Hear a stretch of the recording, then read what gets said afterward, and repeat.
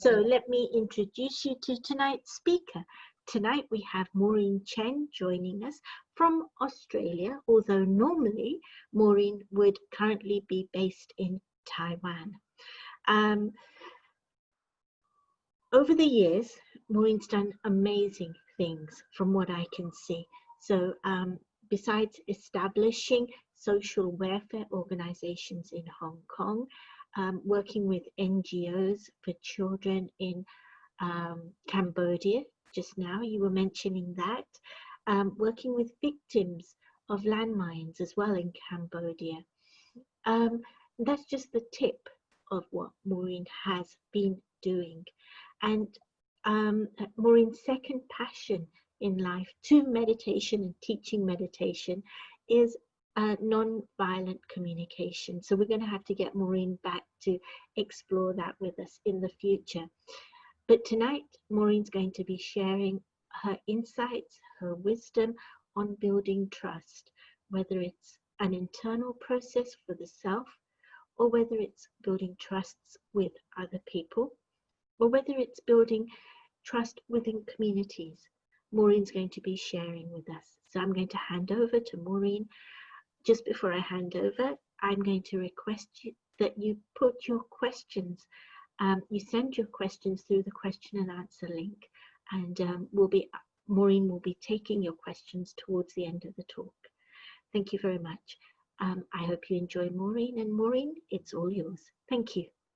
Thank you. Thank you for inviting me. Very nice to be with all of you. So yeah, maybe straight into the topic because we have had a bit of a chat here.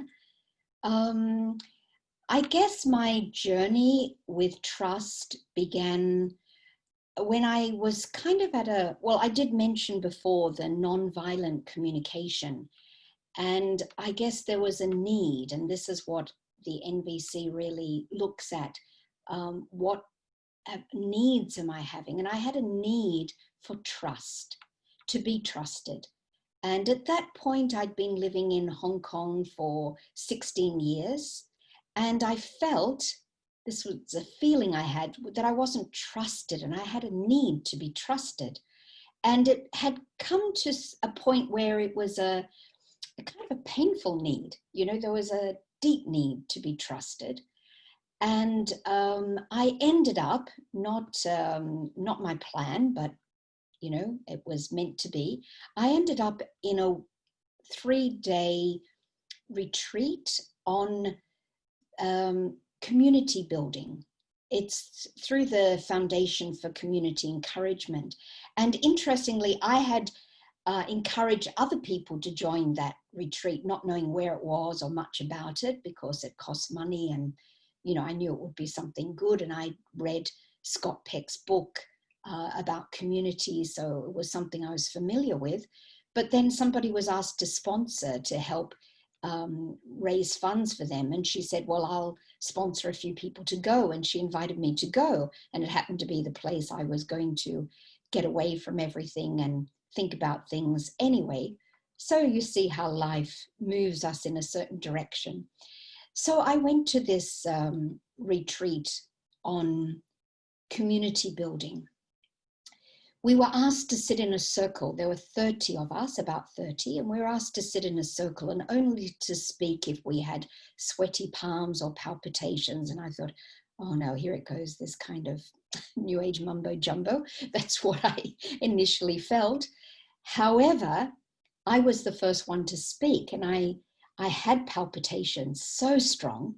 I had such strong palpitations that I thought, to be fair to everyone, to be honest as a participant, I have to express myself.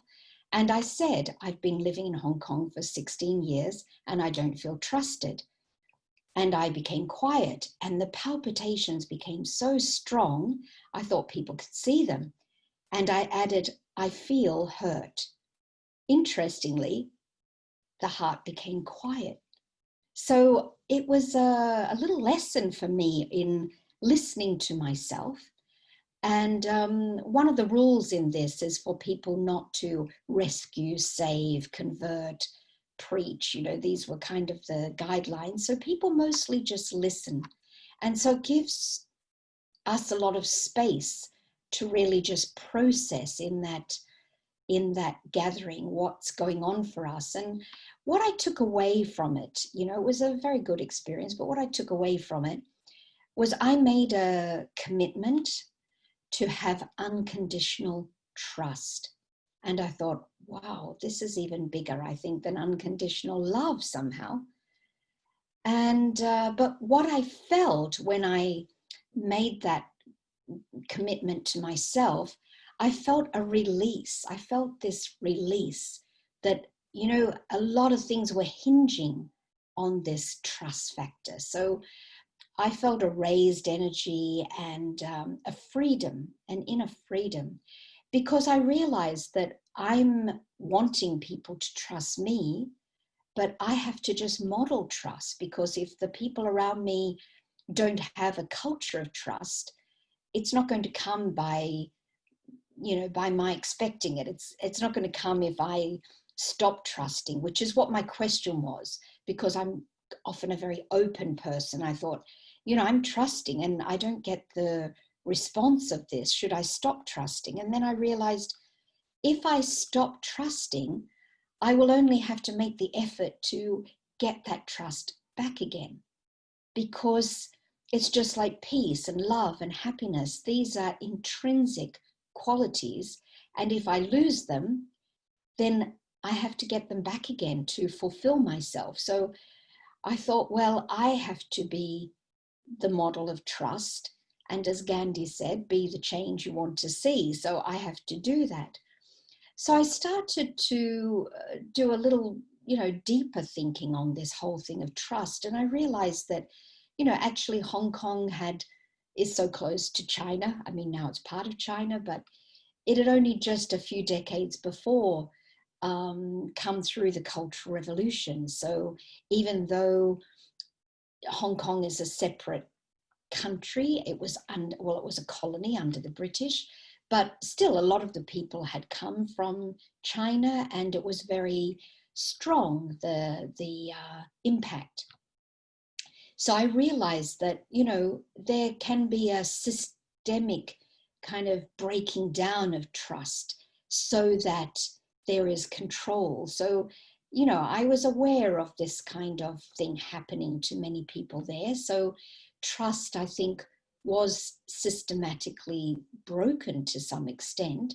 And then coupled with that is the whole commercial influence in Hong Kong, because it's a business hub. And so in business, there's not often a strong trust factor. I mean, I'll leave you to think about all of that. But what I did is I gave a talk at a school, and I asked students at the school, they were probably around 14, 15, and I asked them if they still trust.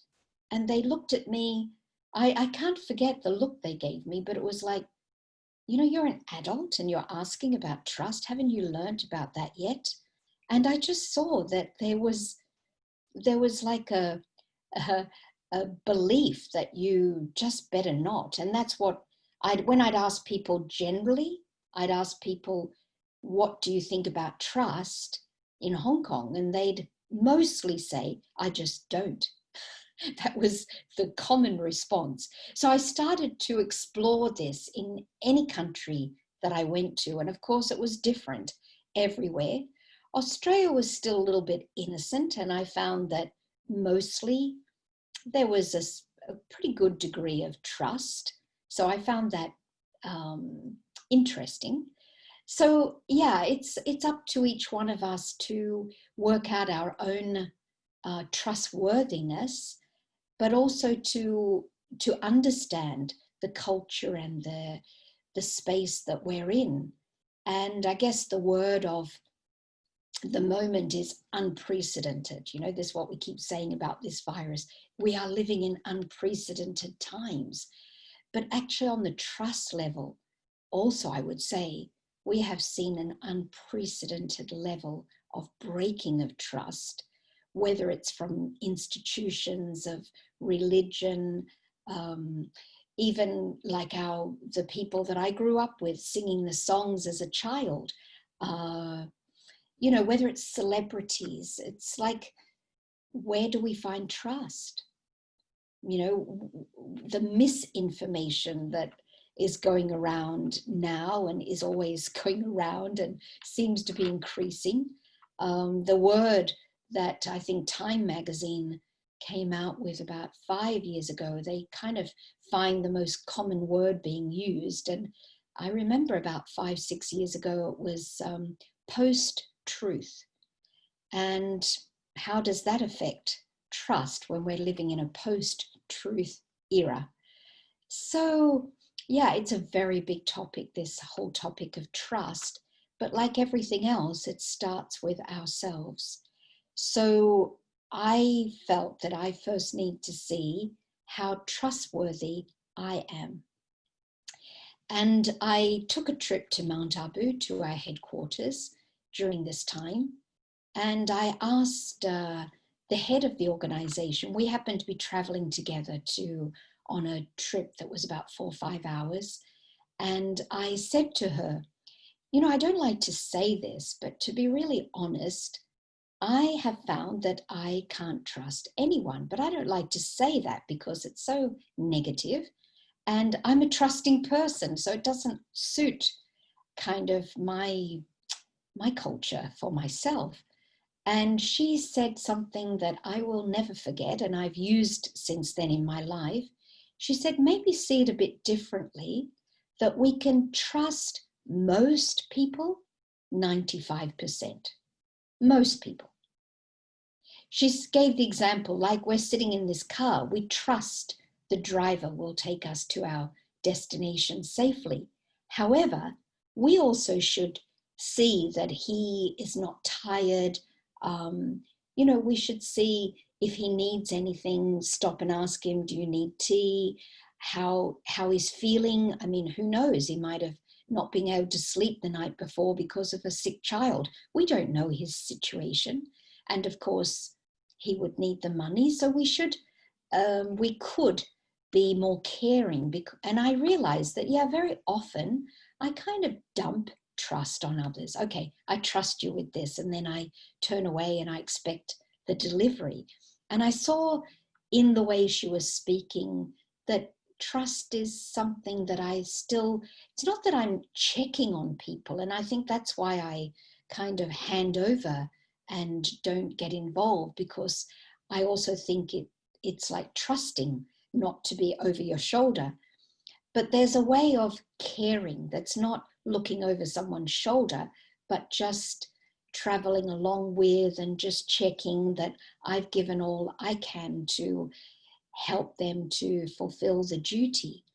So when I came back from India, I heard that someone I was very close to had said something negative about me. And normally I would use that language. See, you can't trust anyone. But now with this new 95% rule, I thought, okay, well, you know, 95% is okay. I'll give her this as part of her 5%, and I hope she gives me the same. Because I know I could say something about someone. I would like to think I would never do that, but you know, it happens. And so I just thought, oh, I hope she gives me the same if it happens in reverse. But this 95%, so, okay, I can't say I don't trust her. I still trust her 95%. So this has been a very good guide in my life. I mean, some people you need to, you know, think more. You can trust them 80%. But what I realized is that I was unrealistic, that we can't trust anyone 100%. I can't trust myself 100%. And I don't want anyone to trust me 100% because I still make mistakes. And so we need to be realistic when it comes to trust. So that was a very big lesson and a guidance for my life. But coming back to this retreat and my commitment to live with unconditional trust, So I came back from this retreat feeling great, feeling, yes, I can do this and I'm going to model trust. You know, when I walked back into the center, there was a message on the spike at our reception.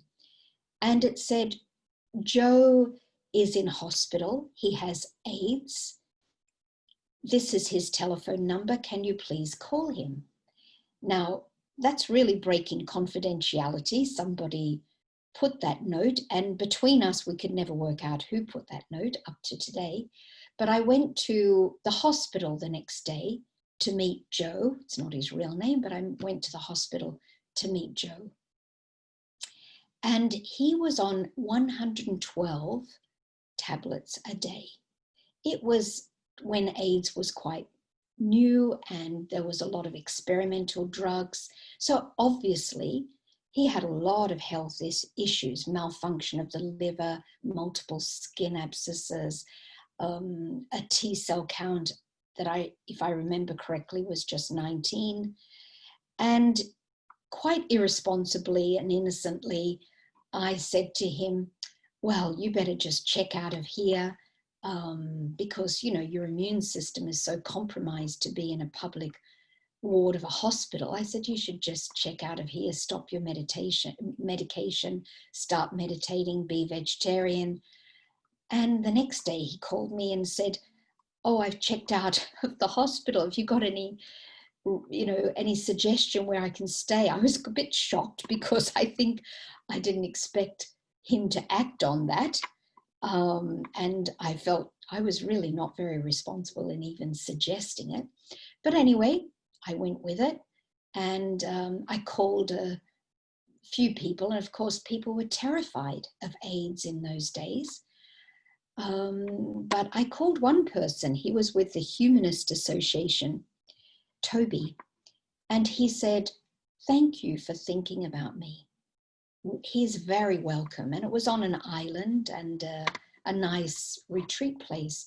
So he went there, and so that was a big journey of trust. I had made this promise for unconditional trust, and I was getting the lessons thick and fast, because the next thing he's at the center.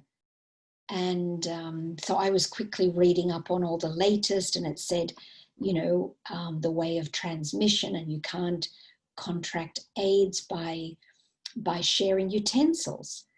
And so I said to the people in the center, the students, you know, Joe has AIDS. Are you comfortable for him to be around? And they said, if you feel it's okay, we feel it's okay. So I felt so much trust from the students. But what I was doing is I was using his utensils after he had used them without washing them. Of course, it was a little hard for me because I wanted to wash them to make sure. But I thought, if I'm exposing the people in the center to this, I have to expose myself fully. And so if I knew he had used a glass or a plate or a spoon, I would use that without washing it again, to kind of have that integrity of being trusted and trusting the situation. But then, of course, one person became fearful and didn't believe all of this and said, no, I don't believe it. You can contract AIDS through sharing utensils. He has to have his own utensils. And I said, well, actually, that's discrimination because he doesn't need to have his own utensils. So I think we can't do that. And that person influenced a lot of the other students, if not all. And so I lost the trust of everyone. Partly it was because of Joe himself, who was a smoker and came to our morning class, and he would reek of cigarette smell, but to get rid of the smell of the cigarette, he would put aftershave. And so, of course, you know, the atmosphere of meditation center is quite different, and people didn't want to sit next to him. And he was a larger than life personality. He was a great singer and very multicultural and lived on the streets for many years. So very survivalist, quite a personality. And then he ended up in remand because he tried to overdose on heroin, or I think it was heroin, but anyway, he tried to overdose on drugs in the hospital, and he didn't die, so he was charged with possession. So by this time, I'd lost the trust of the students, and I was secretly going to visit him at the remand center, which was also very, very uncomfortable for me because I'm quite an honest person. I don't usually hide things, but I was hiding the fact that I was going to see him. And the stress of sitting amongst other family members and friends and in that, in the remand center was very stressful because I was imagining what everyone's going through, and you could feel the atmosphere, and people were known by only their number, and it was a stressful place for me to visit because I just couldn't imagine, what people were going through. So I still had the trust of our seniors because I told them what was going on, and I told them I can't turn him away because, for me, I would consider it like turning him away from God's door, and this is where he's come for help. And he was happy and peaceful, and he'd had a great meditation experience that was very healing. In fact, his T-cell count had come to a reasonable level. All of the symptoms had disappeared, so he had no physical symptoms. I was in touch with his buddy and people that were, treating him. So I kind of had an awareness. But then I found out that not only was all this going on, but I found out he was a pathological liar, a diagnosed pathological liar. So I was like, oh my gosh, how do I even trust my own discernment now? He came out of remand, and that's when I found out about this diagnosis, and things started to disappear from the center. And I was trying to trust, and I thought, he needs to be trusted. Otherwise, how will he change? Because my vision, my thinking will affect him. So I was really experimenting with trust on so many different levels, but ultimately I found out that things had gone a bit too far. He was borrowing from students, and yes, you can imagine all the things I was going through. And he was cheeky enough to say, because I said to him, I've never come across someone like you. So when I'd kind of complained to him about him, he'd say, but you're learning a lot, aren't you? So I had to kind of wear it because, yes, I'd kind of asked for this lesson.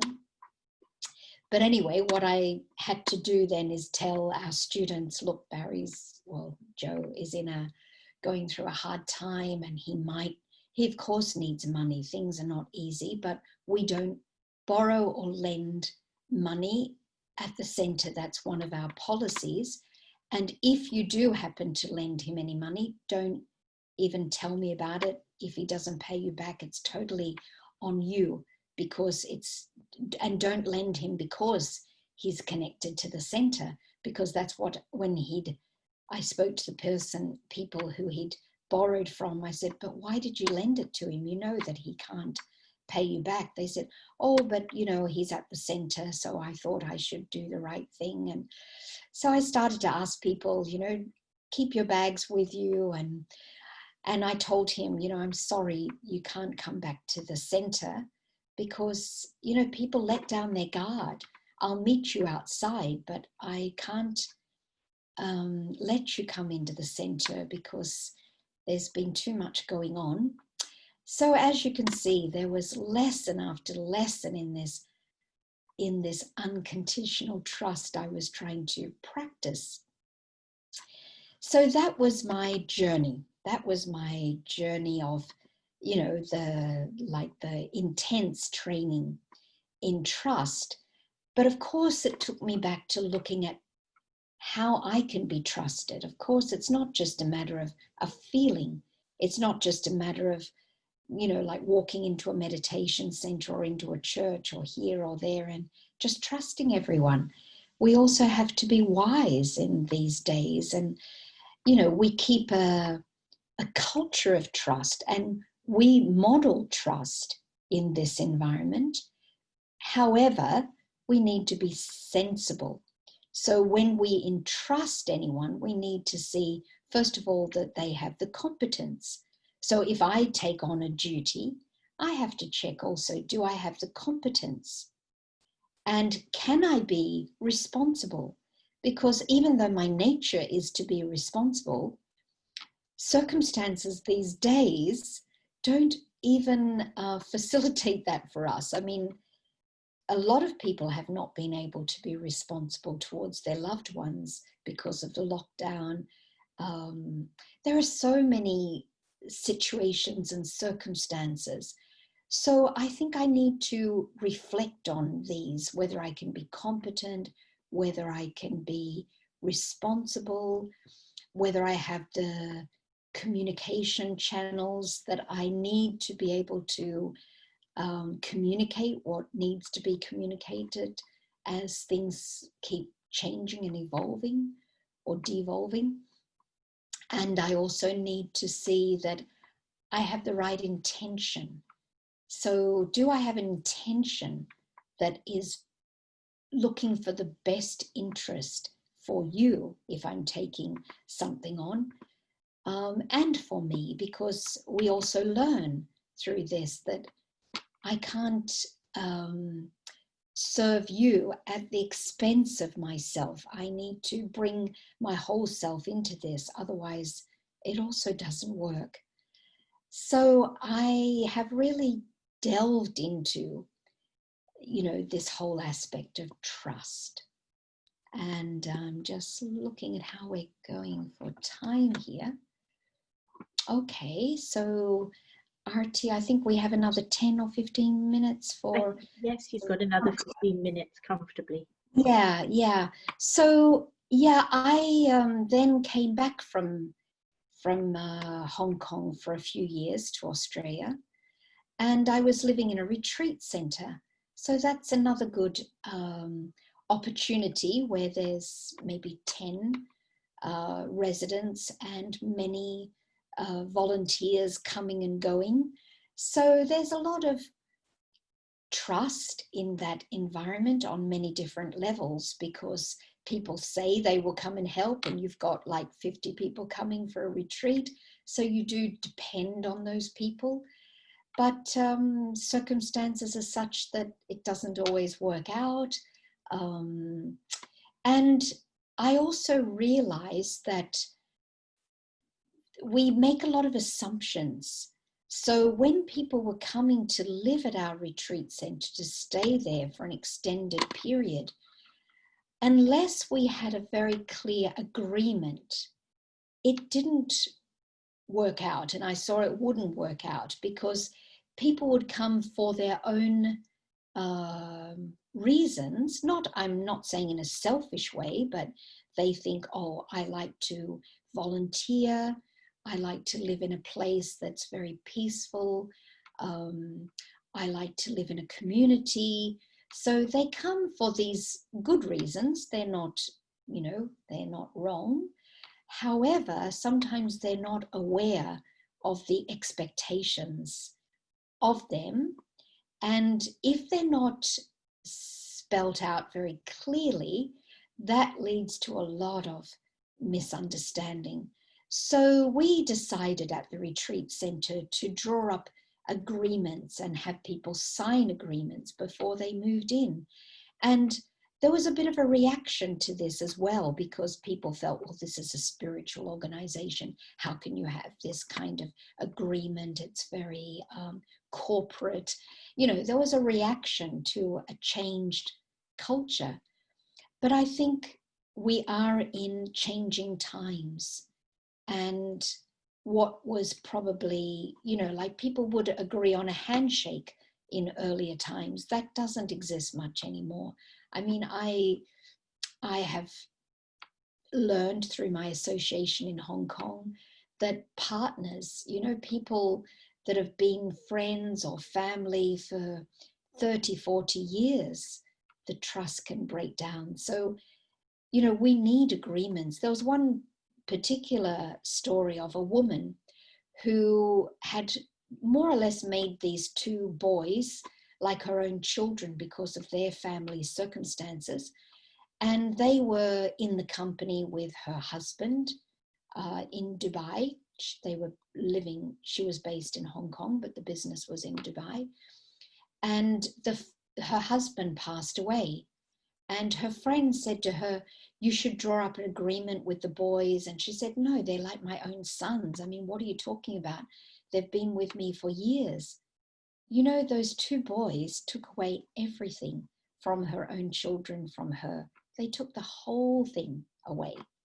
So, you know, we just have to make things clear. And that's a very sad reality. There was a woman I trusted completely in Cambodia. And I trusted her more than I trust myself. I mean, that's how I saw her integrity.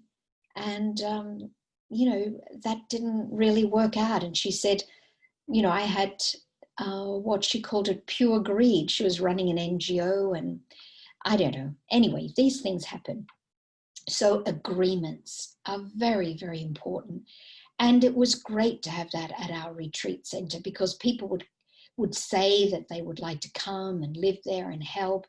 And when they got the agreement and it said that they need to put in, because this is what we need. If they're there, they need to put in, depending on the kind of level of commitment they were making, between 20 and 40 hours a week, because this is what we need. If someone's there, they're taking a place, you know, an accommodation space, and they're provided with accommodation and food and everything. So, you know, depending on their level of commitment and their financial situation, there was an agreement drawn up. And some people said, oh, I can't do that. And I said, it's so good that we know ahead of time. Otherwise, things will get messy. People would move in, and then on weekends, which is when we have our retreats, they would go off. And that's the time we need them. So we had to have agreements that they would be there on weekends, that they would come to meetings. So communication was clear. And I just felt without that, it wouldn't work. And also, I was with quite a mature group of people at that time. So even though I was the coordinator, well, I would say I was a real coordinator. I coordinated. I wasn't the boss in the sense that people would say, you should do this, you should do that. And I'd say, put it on the agenda. We'll discuss it at the meeting. We'll decide together. And that was the best management experience I've had. And it was based on trust to a great extent, that we're all in this together. And yeah, it was a great maturity. So I think agreements, maybe third parties to see that things are being upheld, like there was a conflict between two people. Can you imagine, you know, we work with a living values education program, and I use the book to do the conflict resolution with these two people. And I just followed the book. You know, we didn't feel we needed to bring in someone else. We just followed the book. And it said that if people aren't following the agreements, then, you know, it has to go to another level. So, yeah, we had an outside person, an outside psychologist who came on board to talk to these two people. So if they weren't going forward with the agreements and with their consultancy with this person, then one of them who wasn't following the agreement would have to move on. So things were made very clear. And I think that clarity is so important in a trust factor, because otherwise there's so much assumption. Even the assumption that if you're a meditator, if you're a spiritual person, that you will be loving more than lawful, that you will oversee most of the things that go on, you know, this kind of thing. There's an expectation that is also not realistic when it comes to management. So yeah, there's been many, many, many lessons over the years. And I was asked earlier by Arti what I feel is the difference with Hong Kong and Taiwan. And Taiwan has one of the highest trust factors I've ever experienced. I mean, I was saying that people people can leave their bicycles outside with their helmets on it, not locked. You know, people just generally say, oh, don't worry, you can trust people here. That's kind of the way people talk. Of course, it's not 100%. I don't think anywhere is. And with regards to this pandemic, there's a high social trust. So the social trust is that people will take care of themselves. And so there's been no lockdown. Schools have stayed open, universities have stayed open. The borders to some extent have been closed to some countries with regards to flights. People have been given, you know, they are monitoring people when they are in self-quarantine. So they're quite strict in all this monitoring. However, there's generally a social trust that people feel that if you are in amongst other people, you are practicing the hygiene that's recommended and you are looking after yourself. And so social trust is a very interesting factor that I've learned through this pandemic and seen modeled in Taiwan. Another thing that has worked there, because I don't know the latest statistics, but last I read it was only 6 deaths, for about 400 people have been infected. And this was in a place that has a population of the same population of Australia, 24 million, in a tiny island, half the size of our little island called Tasmania. It's a very small place. So people can't do the social distancing. People are living sometimes on top of each other in their residence. So people old and young are not able to be separated. So it's very interesting to see how powerful social trust is. So yeah, a lot of experiences still continuing, but I love this trust that I'm seeing and observing in Taiwan. So if there's any questions, it'd be a good time for those. I've really shared a lot, I think. I hope it wasn't too much. Not at all. Thank you very much. Maureen, would you mind doing the meditation first? A short meditation. Okay. Thank you. Yeah, okay. That will give people a chance to get their questions in. Yeah. Thank you. Good. Yes, let's go into some time of reflection on this very important topic of trust.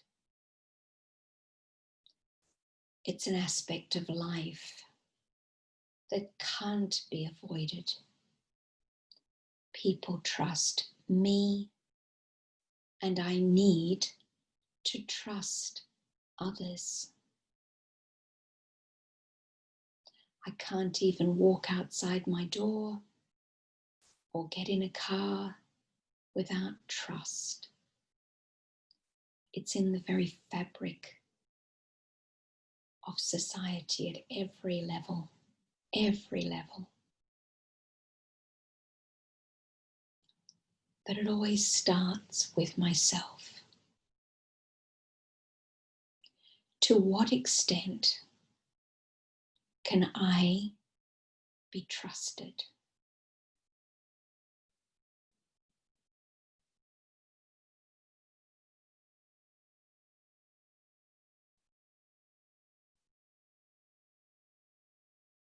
What do I need to put in place in my own life? What changes do I need to make in myself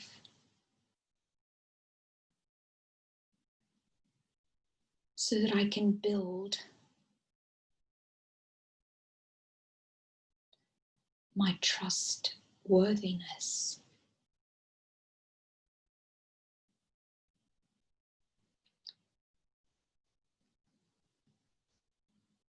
People place their trust in me.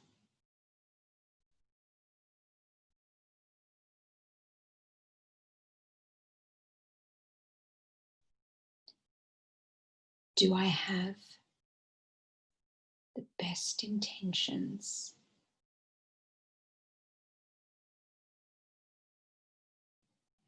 for both the person who is placing their trust and for myself? Because everything is mutual.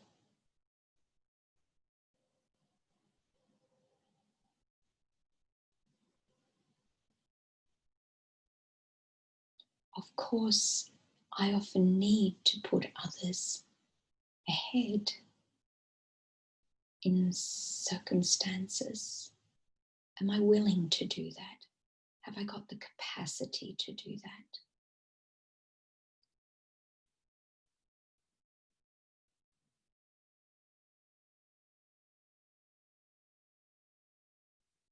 Whilst caring for myself, am I also unselfish?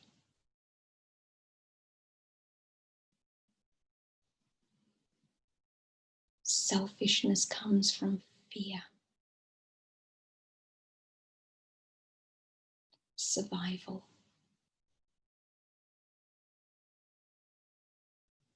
Can I trust in a higher source?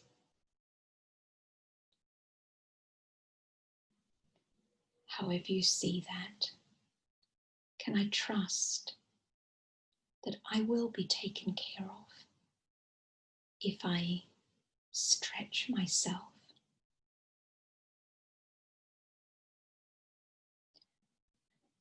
I will be empowered to fulfill whatever it is that I've taken on.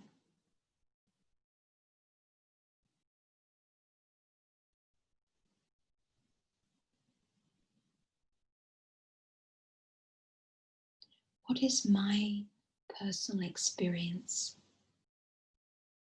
of this aspect of letting go and letting God?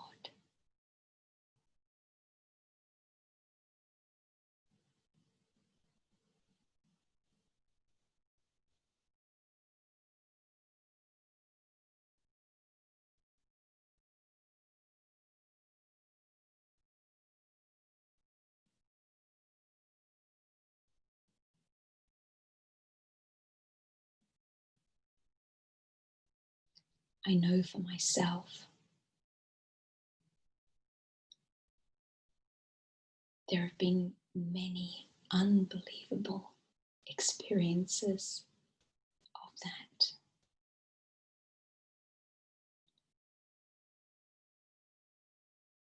So the trust in my capacity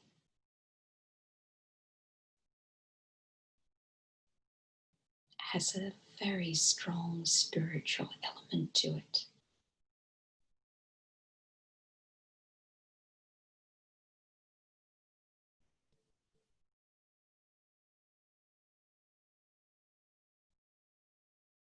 I can be an instrument for things beyond what I ever imagined.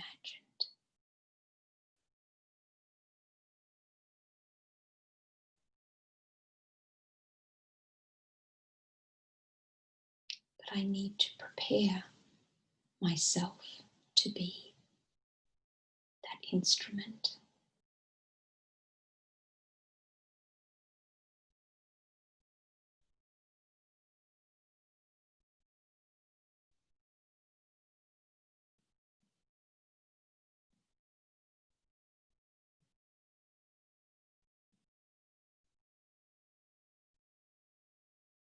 I need to be clean and clear, like a flute, empty of any selfish desires.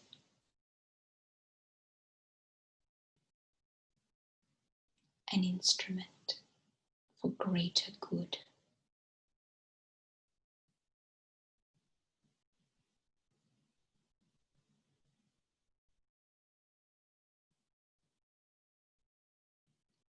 Om Shanti.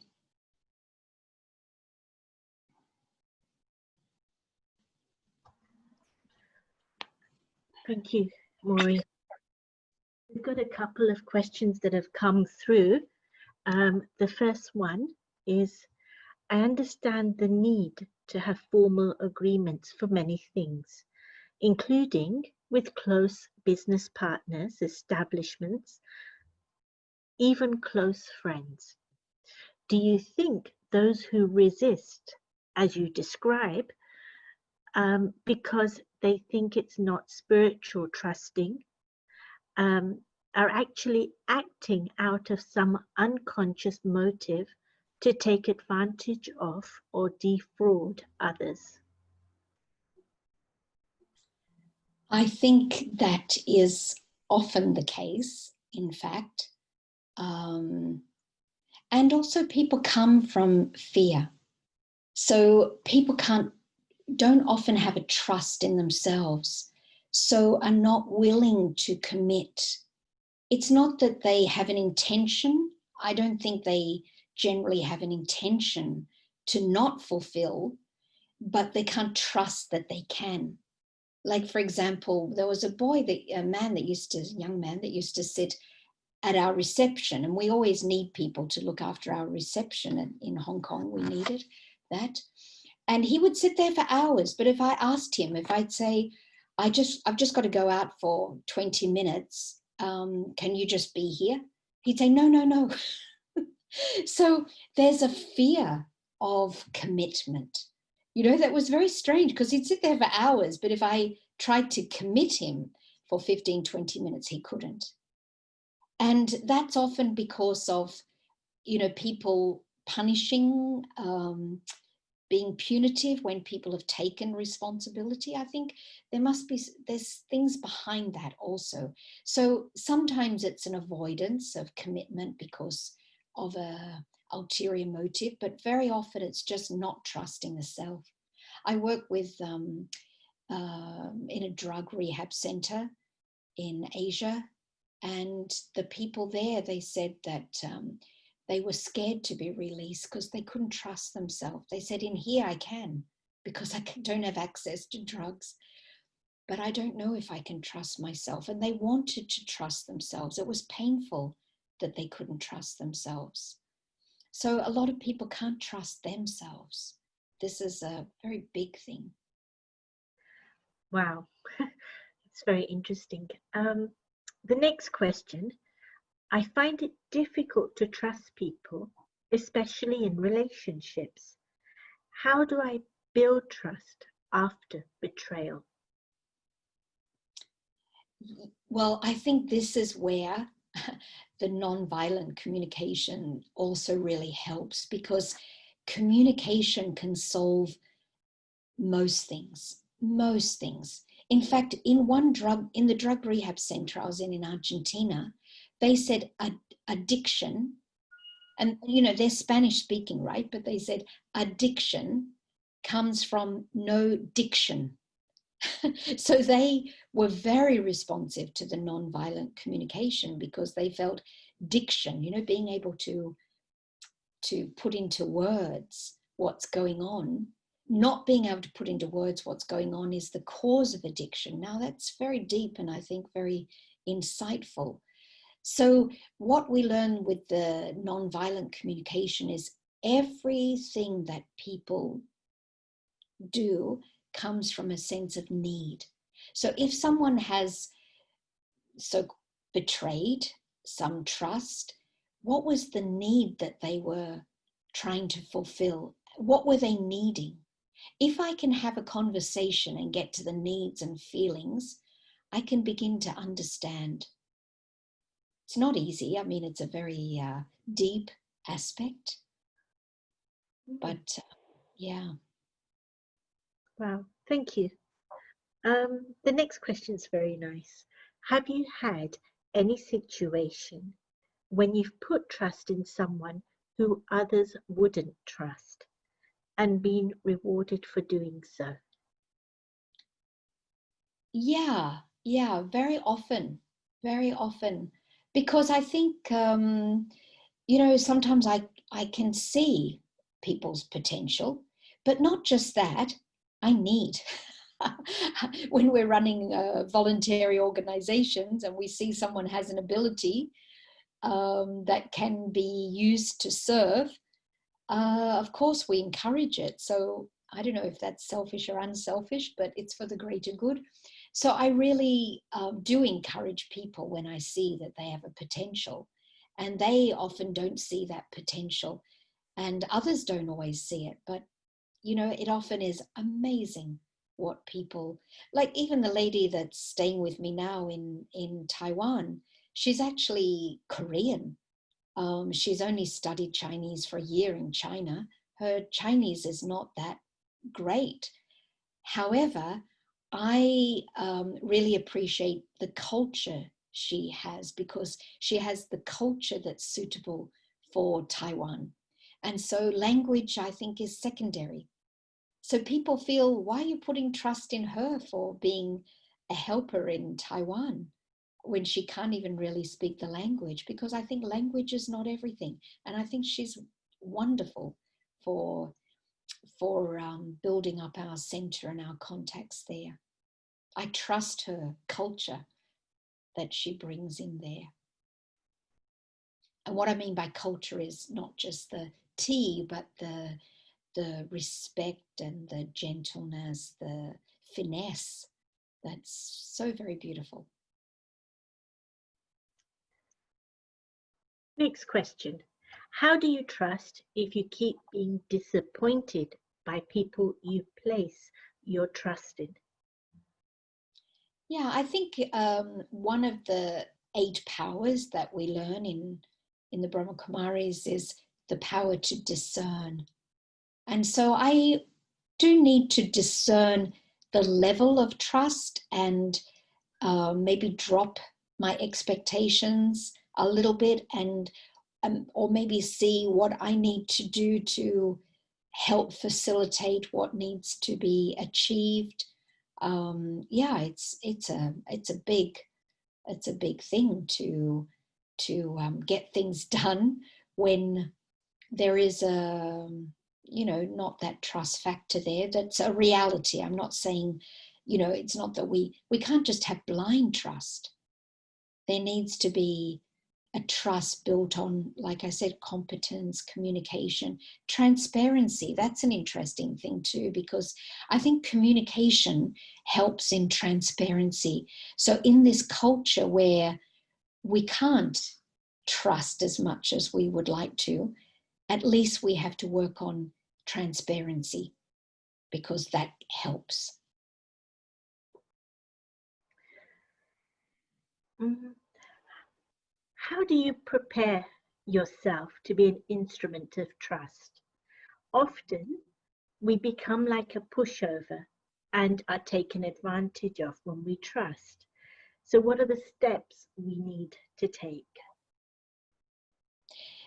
Yeah, I think one thing is one of the things that I'm also interested in is boundaries.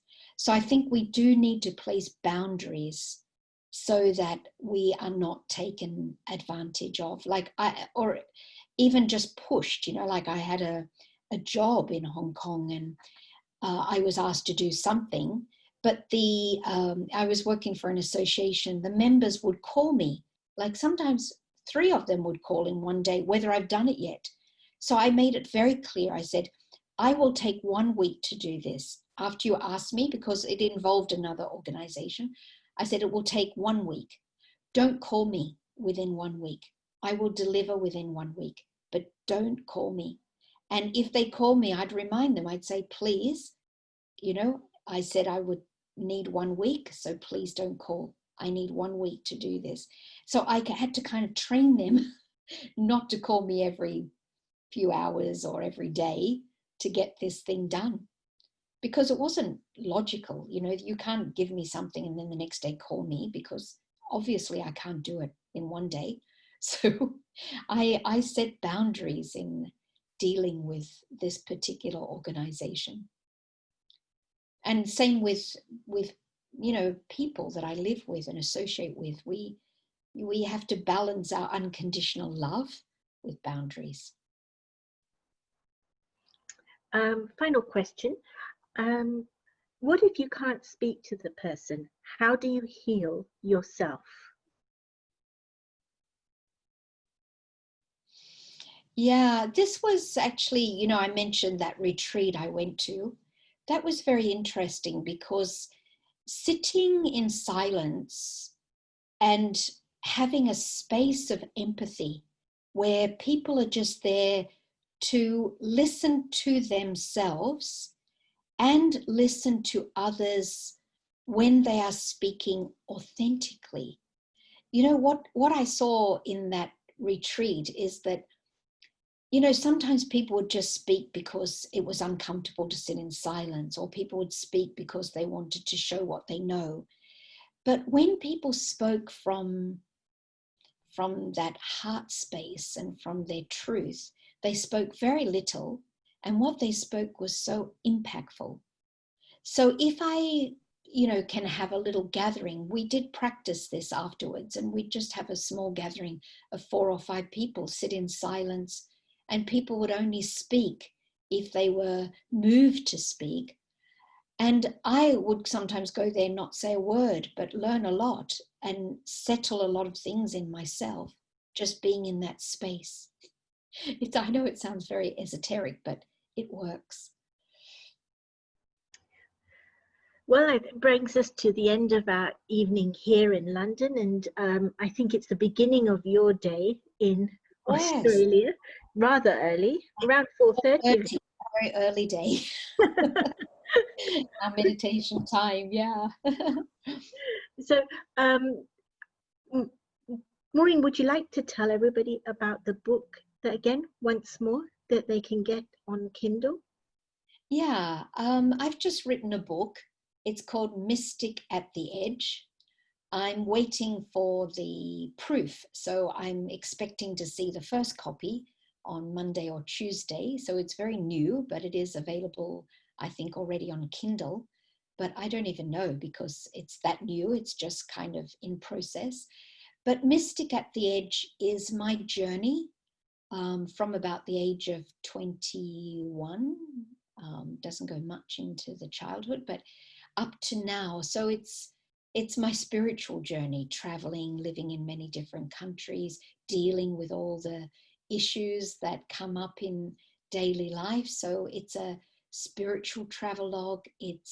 I'm sharing in that about the things that have helped me, that I've needed, like a deeper understanding on love, on trust, boundaries, nonviolent communication, and also worldviews. So because I think my philosophy, how I see the world, impacts a lot in the way I can sit in this world, how I can function in this world.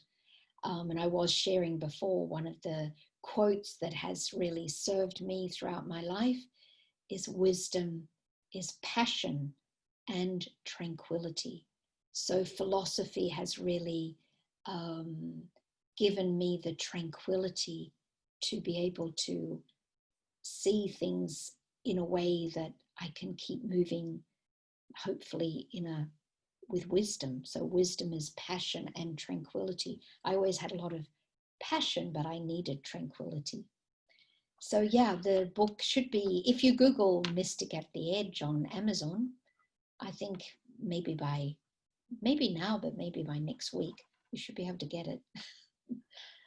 There have been a number of thank yous, Maureen, for your insightful talk, for a beautiful talk, for the inspirations you're leaving us with.